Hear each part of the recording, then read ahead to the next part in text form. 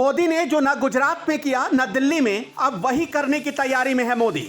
90 के दशक का हिट विज्ञापन जब घर का एक बल्ब फ्यूज हो जाता है तो असरानी बल्ब खरीदने निकल पड़ते हैं। दुकानदार उनको बल्ब ट्यूब बनाने वाली पॉपुलर ब्रांड कंपनी के बल्बों के टिकाऊपन के बारे में बताता है तो जोश में आकर वो बोल उठते हैं, पूरे घर को बदल डालूंगा। देश के प्रधानमंत्री नरेंद्र मोदी भी इसी तर्ज पर और इस कदर पार्टी और सरकार को बदलने वाले हैं कि तमाम तुर्रम खान दरबदर हो जाएंगे। हालांकि नरेंद्र मोदी का बड़े पैमाने पर बदलाव वाला हिट फॉर्मूला रहा है, चाहे वो गुजरात में उनके मुख्यमंत्री रहने के दौरान हो या फिर नए नवेले भूपेंद्र पटेल कैबिनेट का हो। लेकिन अनप्रेडिक्टेबल और अनएक्सेप्टेबल करने के शौकीन मोदी इस बार पहले से कुछ नहीं बल्कि काफी बड़ा करने वाले हैं। टाइम फिक्स हो चुका है, चेहरे फाइनल हो चुके हैं, लेकिन पर्दा उठाएंगे तो सिर्फ मोदी। फिलहाल नाम कट न जाए इस डर से कोई पर्दे के पीछे से झांकने की हिम्मत भी नहीं कर पा रहा। बीजेपी हलकों में माना जा रहा है कि आखिरकार वो घड़ी आ ही गई। मतलब 2024 आम चुनाव से पहले का सबसे बड़ा मंत्रिमंडल फेरबदल अब बस किसी भी समय होने वाला है। कहा जा रहा है कि ये फेरबदल 18 से 25 जनवरी के बीच हो जाएगा, नहीं तो फिर आगे की राह कठिन है। इसके पीछे तर्क भी दिए जा रहे हैं। बीजेपी की राष्ट्रीय कार्यकारिणी 16 और 17 जनवरी को बुलाई गई। 23 जनवरी को जेपी नड्डा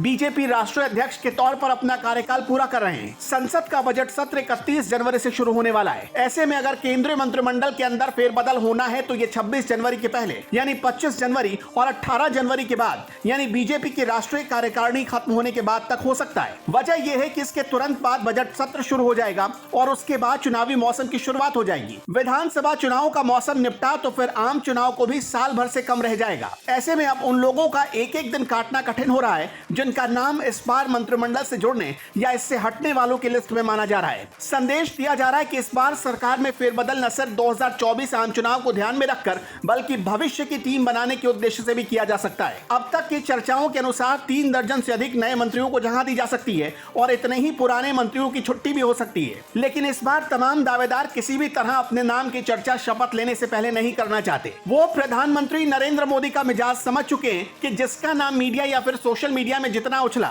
उसकी दावेदारी उतनी ही कमजोर हो जाएगी। केंद्रीय कैबिनेट में जब पिछली दफे बदलाव किया गया था तो रविशंकर प्रसाद जैसे पुराने नेता को मंत्री पद से हाथ धोना पड़ा था। इस बार भी अगर फेरबदल होता है तो बिहार से आने वाले कुछ शहरों की केंद्रीय कैबिनेट से विदाई होनी तय मानी जा रही है। हालांकि ये अभी चर्चा भर है क्योंकि अंतिम फैसला तो प्रधानमंत्री नरेंद्र मोदी को ही लेना है। लेकिन बढ़ती उम्र के साथ जो चेहरे केंद्रीय कैबिनेट में फिलहाल बने हुए हैं या जिनका प्रदर्शन बहुत बेहतर नहीं रहा, उनकी जगह नए चेहरों को बिहार से एंट्री मिल सकती है। बिहार से केंद्रीय कैबिनेट में जो चेहरे नई जगह पाएंगे उनके पीछे राजनीतिक और जातीय समीकरण भी महत्वपूर्ण फैक्टर होंगे। बिहार में नीतीश कुमार के एनडीए से अलग होने के बाद किन चेहरों को शामिल करने से बीजेपी को लोकसभा चुनाव के अंदर फायदा मिलेगा, इस बात को लेकर प्रधानमंत्री नरेंद्र मोदी मंथन कर चुके हैं। फिलहाल केंद्रीय कैबिनेट में शामिल मंत्रियों की बेचैनी बढ़ी हुई है और हर कोई पीएम मोदी के फैसले का इंतजार कर रहा है। बिहार से आने वाले सहयोगी दल का चेहरा केंद्रीय कैबिनेट में कौन होगा, इसको लेकर भी कयास लगाए जा रहे हैं। चिराग पासवान की एंट्री क्या वाकई केंद्रीय कैबिनेट में हो पाती है और चाचा पशुपति पारस की विदाई पर मुहर लगती है,